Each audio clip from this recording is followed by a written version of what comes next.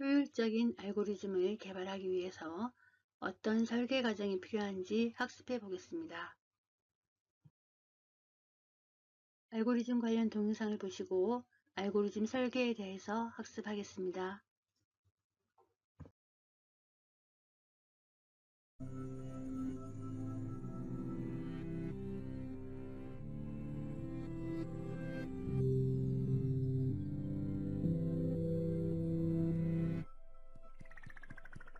What's an algorithm?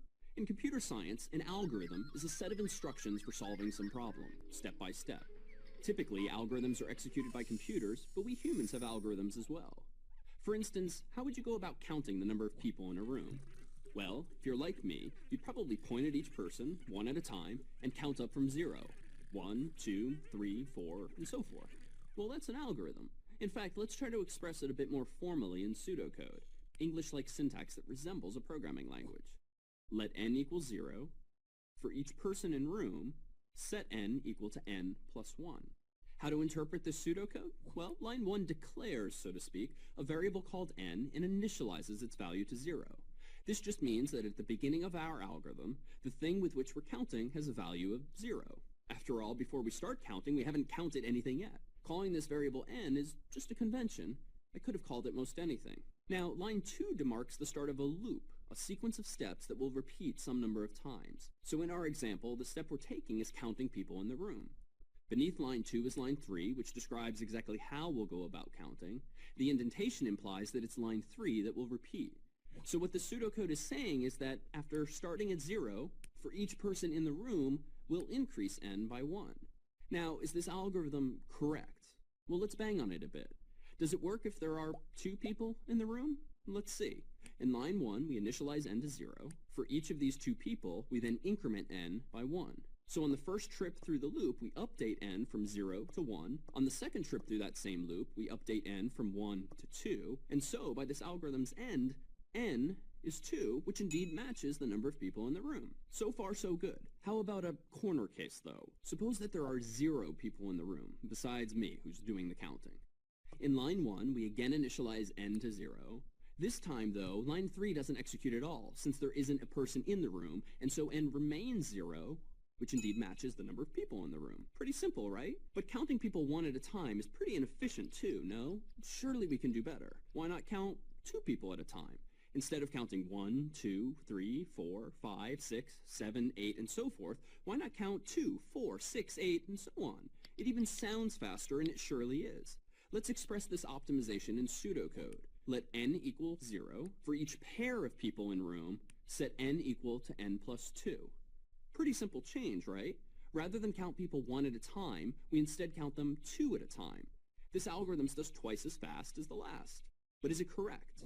Let's see. Does it work if there are 2 people in the room? In line 1, we initialize n to 0. For that one pair of people, we then increment n by 2. And so by this algorithm's end, n is 2, which indeed matches the number of people in the room. Suppose next that there are 0 people in the room. In line 1, we initialize n to 0. As before, line 3 doesn't execute at all, since there aren't any pairs of people in the room, and so n remains 0, which indeed matches the number of people in the room.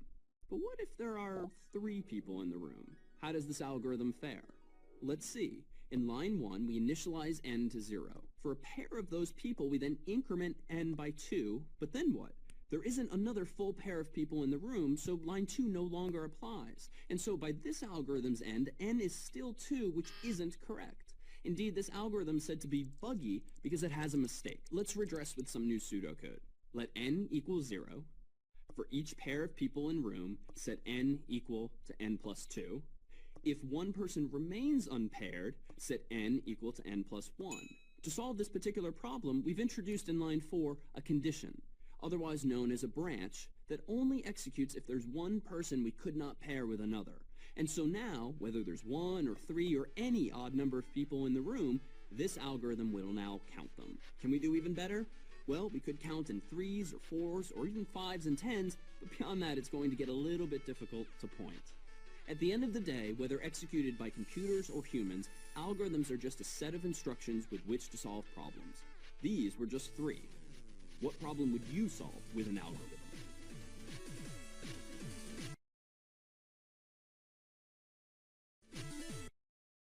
동영상에서 살펴본 것처럼 알고리즘이란 문제 해결 절차를 체계적으로 기술한 것으로서 단계적인 절차에 따라 주어진 문제의 답을 제시하는 것입니다. 문제의 요구 조건으로서는 입력과 출력을 명시하고 입력에서 출력까지의 과정을 조건에 맞도록 기술해 줍니다. 효율적인 알고리즘 구현이 중요하며 주어진 문제에 대해 여러 종류의 알고리즘이 있을 수 있습니다. 보다 효율적인 알고리즘을 항상 고안하는 것이 매우 중요합니다. 효율적인 알고리즘이 왜 중요한지 살펴보겠습니다.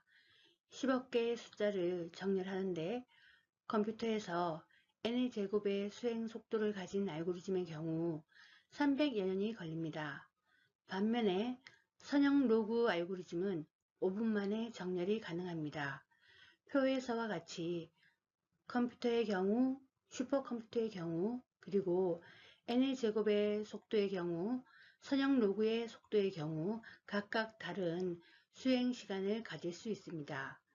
이처럼 효율적인 알고리즘은 슈퍼컴퓨터보다 더 큰 가치가 있으며 값비싼 하드웨어 기술의 개발보다 효율적인 알고리즘의 개발이 더 경제적임을 알 수 있습니다.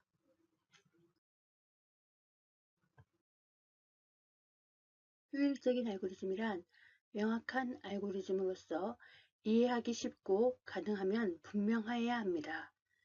지나친 기호 표현은 오히려 명확성을 떨어뜨릴 수 있습니다. 명확성을 해치지 않으면 일반 언어나 의사 코드 등을 사용하여도 무방합니다.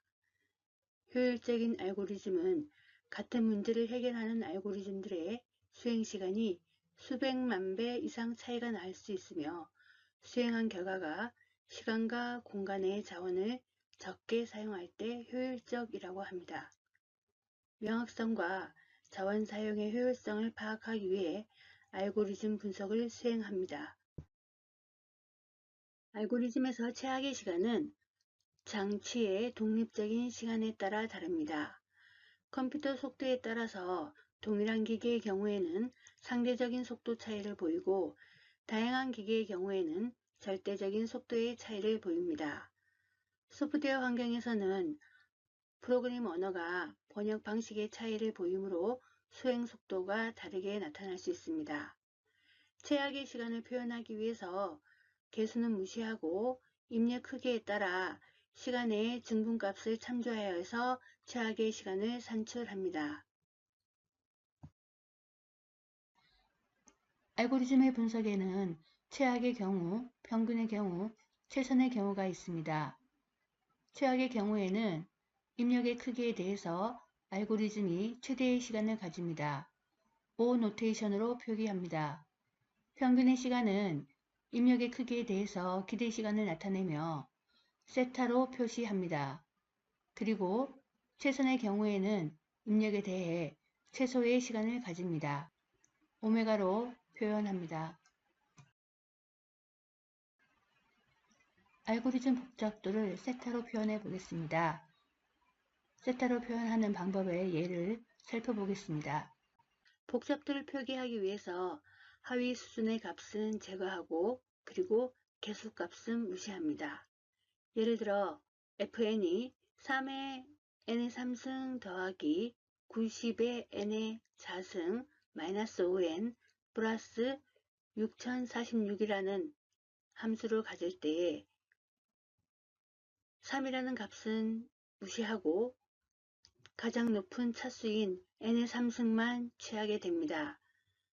이렇게 하는 이유는 n의 3승 값에 따라서 전체적인 수행 속도가 달라짐을 알 수가 있습니다. 그렇기 때문에 복잡도를 표현할 때는 세타 n의 3승으로 표현할 수 있습니다. 나머지 4가지의 fn의 함수의 경우에도 하위 수준의 값은 제거하고 개수값을 무시함으로써 세타 n으로 표현하거나 세타 n 제곱 혹은 세타 2의 n승으로 표현할 수 있습니다. 알고리즘 코드를 가지고 복잡도를 계산하는 과정에 대해서 살펴보겠습니다.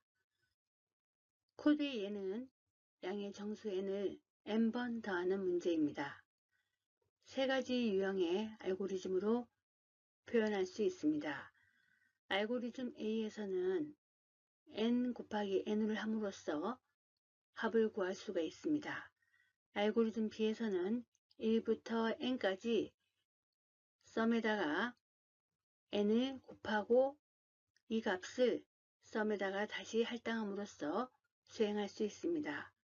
알고리즘 C에서는 이중 방법문을 사용해서 i가 1부터 n까지 수행할 때에 j가 다시 1부터 n까지 수행을 하게 됩니다. 그리고 앞에 알고리즘 A와 B에서 곱하기 기능을 사용하던 것을 썸 더하기 n을 다시 썸으로 값을 할당함으로써 곱하기 연산이 더하기 연산으로 바뀌어서 수행됩니다. 양의 정수 n을 n번 더하는 문제에 세 가지 알고리즘에 대해 비교 분석해 보겠습니다. A 알고리즘의 경우에는 대입이 한번, 곱셈이 한번 하여서 총 연산수는 2입니다. B 알고리즘의 경우에는 대입이 n번 일어나고 곱셈이 n번 일어났습니다. 그래서 총 연산수는 2의 n입니다. C 알고리즘의 경우에는 대입이 n제곱, 덧셈이 n제곱 발생하여서 2의 n제곱의 총 연산수가 일어납니다. 분석을 위해서 모든 연산이 동일한 시간이 걸리고 하나의 연산은 t만큼 시간이 걸린다고 가정할 때에 A는 2의 t만큼 시간이 걸리고 B는 2의 nt 그리고 C는 2의 nt의 자승의 시간이 소요가 됩니다. n이 커질수록 알고리즘 간의 차이는 커집니다. 연산의 개수를 이용하여서 알고리즘들을 비교해보면 세타 1, 세타 n, 세타 n의 제곱의 크기 순으로 살펴볼 수 있습니다. 이때에 가장 효율적인 알고리즘을 선택하여야 합니다. 알고리즘 설계란 문제를 해결하는 수학적인 과정을 만들어내는 특정한 방법입니다. 알고리즘 설계 기술에는 알고리즘 설계 패턴과 자료구조, 이름 및 정렬 리스트, 그리고 웹 크롤링의 인터넷 검색 과정, 패킷 라우팅 및 캐싱 등이 있습니다. 알고리즘 설계의 가장 중요한 측면 중 하나는 점근 표기법으로도 알 수 있는 효율적인 실행 시간을 갖는 알고리즘을 만드는 것입니다. 알고리즘을 개발하는 단계는 다음과 같습니다. 요구사항을 분석하여서 문제를 정의하고 입력 설계를 통한 모델을 개발합니다. 알고리즘을 구체화한 다음에 설계하고 설계된 알고리즘의 타당성을 검증합니다. 타당성이 검증되면 시간 복잡도와 공간 복잡도의 알고리즘 분석을 통해 효율성을 증대한 다음 프로그램 언어를 통해 알고리즘을 구현하게 됩니다. 구현된 알고리즘을 테스팅한 다음 문서화 작업을 통하여 마무리하게 됩니다. 장학생 성발을 예로하여서 알고리즘 개발을 해봅시다. 문제 정의는 다음과 같습니다. A 교수는 학생 5명의 성적을 기준으로 해서 최상위 학생에게 100만원의 장학금을, 차상위 학생에게는 50만원의 장학금을 지급합니다. 선정 방법을 해결해 봅시다. 모달 개발 단계입니다. 일반적으로 입력에 대한 인터페이스를 제공하기 위한 분석 과정입니다. 그래피컬한 사용자 인터페이스를 제공하거나 콘솔 환경의 사용자 입력을 제공하는데 일반적으로 최근에는 웹 환경이나 앱 환경의 그래픽 사용자 인터페이스의 입력에 대한 인터페이스가 분석이 이루어져야 합니다. 문제를 추상화하고 핵심 요소를 추출하는 과정을 알고리즘을 구체화하는 단계로 봅니다. 추상화 과정은 그림이나 문자, 수식으로 표현이 가능합니다. 장학생 선발에 의해서 핵심 요소를 추출하면 학번과 학생의 이름 그리고 성적입니다. 성적의 범위는 0에서 100까지의 범위를 가집니다. 입력된 성적을 순차적으로 비교하고 내림차순으로 정렬하며 1등과 2등을 추출합니다. 지금까지는 문제를 상세하게 분석한 과정으로 보시면 되겠습니다. 이제 실질적인 알고리즘 설계 과정을 살펴보시겠습니다. 문제를 분해하고 순차 설계하고 조건 설계, 반복에 대한 설계를 진행합니다. 그리고 분할 정복과 그리디, 동적 계획법, 백트래킹 등에 대한 다양한 설계 기법을 적용합니다. 장학생 선발에 의해서 문제를 분해하기 위해서 입력, 정렬 과정, 출력 과정으로 분해하였습니다. 순차 조건에서는 학번과 이름, 성적에 대해서 입력받고 그리고 삽입 정렬을 수행하며 출력이 진행되도록 순차적으로 설계하였습니다.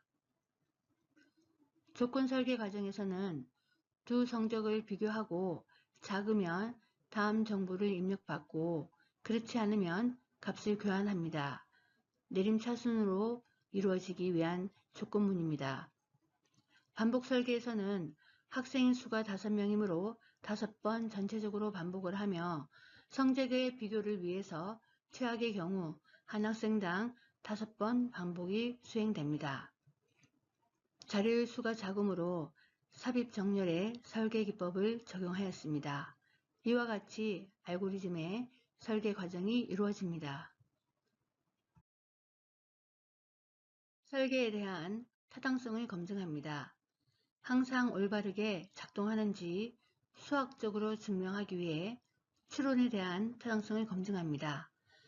장학생 선발예에서는 루프, 불변성, 삽입 정렬의 타당성 검증을 하였습니다.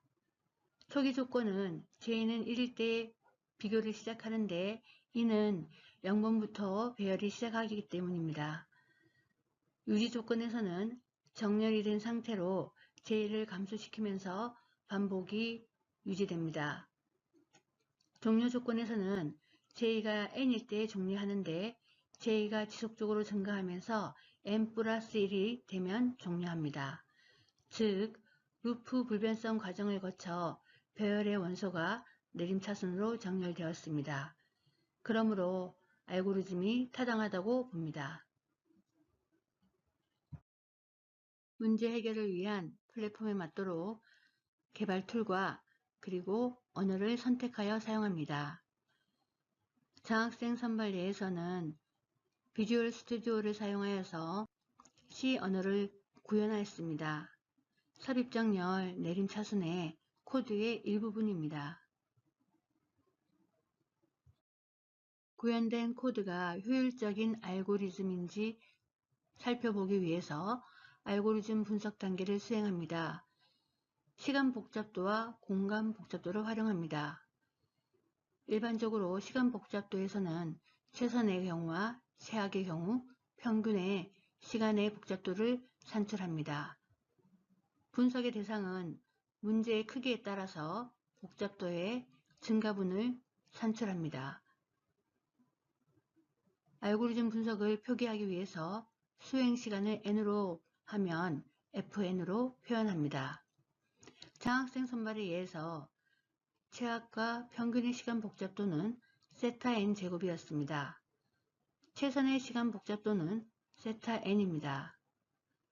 최선의 경우에는 이미 거의 정렬이 되어 있는 상태이고 최악의 경우에는 역순으로 정렬이 되어 있는 상태입니다. 공간 복잡도는 따로 메모리가 필요하지 않기 때문에 세타 1로 보시면 되겠습니다.